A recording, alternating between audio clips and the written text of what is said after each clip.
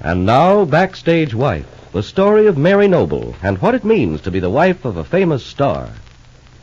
Larry Noble's first day on the set of a motion picture in Hollywood is at least taking his mind off of his personal troubles to a certain extent. And this is what his wife Mary hoped when she asked Tom Bryson, the playwright and close family friend, to try to get Larry a picture contract on the West Coast. What Mary doesn't realize, however, is that Larry saw Tom's wire in reply to Mary's letter, and Larry is now firmly convinced that Mary wants him as far away from her as possible. Larry can understand this, since he feels responsible for the serious burns Mary received when Claudia Vincent hurled acid in her face. But at the same time, he can't help feeling hurt and deeply depressed by this apparent wish to be rid of him. Right now, Larry has just finished a scene at the Marco and Franklin studio, and as he comes off the set, we hear... All right, crew. Start setting up for the next shot. Remember about those lights. We'll be shooting from overhead, and we'll have to watch those shadows. Oh, gee, but you were grand, Larry. Well, thank you, Miss Dean. Do you mean to say you were standing here all this time? You're darn right I was. Didn't I tell you that you were my idol ever since I started keeping a scrapbook? You didn't tell me how long ago that was, Dora. You hardly seem old enough to be out of pigtails right now. Oh, that's a laugh. I'm no kid, Larry, even though I haven't got anything to show for all the time I've spent trying to get a decent part in a picture. Have a little patience, Dora. You'll get there. How do you know? You haven't even seen me act yet. And I've got the crummiest part in this picture you ever saw. And even at that, Sam Marco is always cutting it. I guess I just wasn't born to be a star. Don't give up, Dora. Not at your age. But I never get any of those really good parts. If only I'd get one of those parts that you could really do something with. You know, lots of stars started like that. I'm sure of it, Dora. But not me. Not little Dora Dean. She's always in the background. Nothing ever happens to her. You may be luckier than you think. I kind of wish I could say the same thing. What? That nothing ever happens? Ah, you must be kidding, Larry. What's the good of just going on from day to day, from here to the studio club and back again? Nothing to show for it. I want to live a little before I'm too old. I want to have things happen, to suffer. Don't be in too much of a hurry. Often things happen that you'd give anything to change. You mean like all that trouble you had back in New York? When they arrested you because they said you murdered that fellow... What was his name? Oh, I know, Oliver Wilson. Yes, that's part of what I mean. Well, anyhow, you got out of it, Larry, and they found out it wasn't you at all, but that Claudia Vincent. Gee, I bet she was something. Yes. Well, she must have been batty right from the start, but nobody knew it. Not even you, did you, Larry? No, I didn't even suspect it. Until it was too late. You mean till she threw acid in your wife's face? Yeah. Is your wife going to be all right? Oh, you asked me not to talk about that. I'm sorry. Only, I'm so interested in anything that happens to you, Larry. What's your wife like? That's rather a surprising question. No, it isn't. What's she like? She's wonderful. In fact, I guess she's about as close to perfect as a person can be. Is she very pretty? She's beautiful. Beautiful and kind and understanding and fun and... Oh, in heaven's name, will you talk about something else? Hold it on. Let the crew take 30 and then get back to the picture. We're running behind schedule today. You, Noble, better go over to the commissary and get something to eat. It'll be about 3/4 of an hour before we start shooting. All right, Mr. Marco, whatever you say. That last scene... Yeah? I've got an idea it'll be all right. Just keep it up, that's all. Are you going to get something to eat, Larry? Yes, I guess so. Mind if I come along? No, glad to have you, Dora. You can tell me right out if you don't want to be seen with me. I won't mind. Why shouldn't I want to be seen with you? I think you're a very pretty girl. But I'm just a nobody, and you're a famous Broadway actor. What do you bet in the next couple of years you rise to stardom? Gee, I don't know. It takes so long. Well, come on and have lunch. I need someone to talk to me and keep me from thinking about myself. Dora Dean walks happily by Larry Noble's side as they leave the set and cross over to the commissary. And meantime, back in New York, we turn to Mary in her room at the hospital. Her good friend, the character actress Maud Marlowe, is with her again, and we hear... Well, Mary, for once I didn't come here and find Rupert Barlow. Oh, he's not coming till later this afternoon, Maud. How nice for you. Now, Maud, I'm not going to refuse to let Rupert visit me. The time drags far too slowly as it is. And he's been awfully considerate. So I notice. Just what do you think this is all leading up to? Why, nothing, of course. He's just being nice and friendly. And all this is an unselfish gesture toward a sick friend. What else could it be? Oh, don't you understand, Maud? All your suspicions and ideas about Rupert and his reputation as a flirter... Flirt?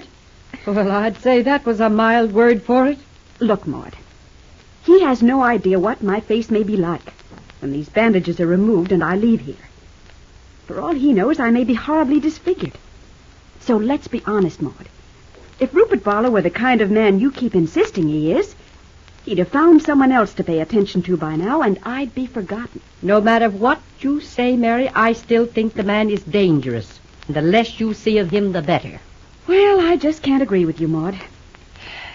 Very well, then. Let's talk about something else. What's the news from Larry? How does he like Hollywood? I don't know. Except for his wire and that note saying he signed with that picture company, I haven't heard a word. Well, that's strange. In fact, that's very strange indeed. And not at all like Larry. I guess he must be very busy. Well, the person can always find time to write a short note, Mary. And perhaps he doesn't want to write. I got a letter from Tom Bryson this morning. Oh, well, he ought to know how Larry's getting along. He's the one who got him out to Hollywood. Yes, I know. After I wrote to him asking him to see if he couldn't find a picture contract for Larry. Well, what does Tom have to say? The letter is right there on the stand, Maud. You read it. Oh, I didn't bring my glasses. Well, just tell me what he says. Oh, it's all rather vague. He seems to think Larry's in a strange kind of mood. Well, what do you mean by that? I don't know. Tom says he's not like himself at all. He seems bitter and edgy and very downcast. I wonder why. Well, he's likely worried about you, Mary, and being so far away. It doesn't seem likely when he hasn't written to me in several days. Maybe he doesn't like the picture he's making. Maybe he thinks Tom Bryson got him out there on a false hope. I told you at the time not to meddle with that idea. But Larry was so terribly unhappy and worried about everything. About me and how I'd be when I got out of the hospital. And about all the debts that have accumulated. At least now he's working. And that takes up a good deal of his time. You should have let him write to Tom if he wanted to try Hollywood. But he wouldn't have done it, Maud. He wouldn't have left me if Tom's wire hadn't come when it did. Well, I still can't figure out why he left anyway. There's something peculiar about the whole thing, Mary. I'd have bet my last penny that Larry wouldn't leave you till you were out of this hospital. Maud, it was the only thing for him to do. But I do wish I'd hear from him. His wire said he was happy and pleased. So I just can't figure out why Tom feels he's so unsettled. Well, you didn't expect him to be having a lark, did you, with you lying here in the hospital? After all, you must give Larry credit for some conscience. Whatever anyone says, he must realize that none of this would have happened if he had listened when everyone told him Claudia Vincent was nothing but a cold-blooded fortune hunter. Mary Noble doesn't say anything to Maud Marlowe's words, but in her heart she wonders if things will ever again be as they were between herself and Larry. And later this same day, Larry comes to see his friend, the playwright, Tom Bryson, in Tom's hotel suite in Hollywood. And as Larry enters the room, he says, I got your message when I came back to my hotel, Tom.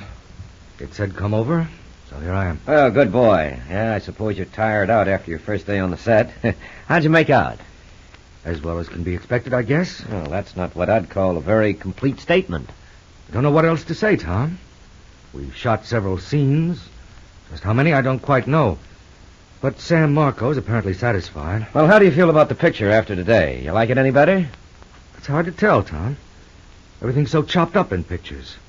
They don't just follow through. Start with this scene and do that one.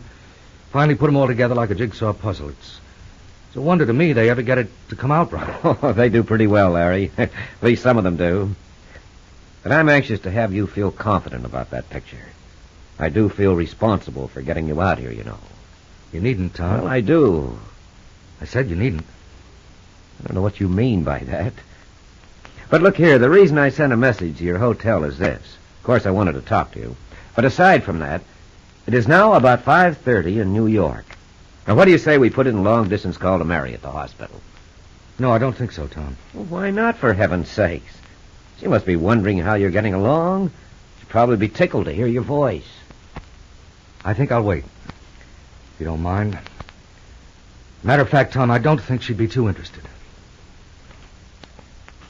Tom Bryson looks at his friend in astonishment as Larry Noble crosses the room and picks up a cigarette lighter and presses it, then lights a cigarette, as if to indicate that this is the end of the discussion. Be sure to be listening tomorrow to Backstage Wife, the story of Mary Noble and her husband Larry Noble, famous Broadway stars.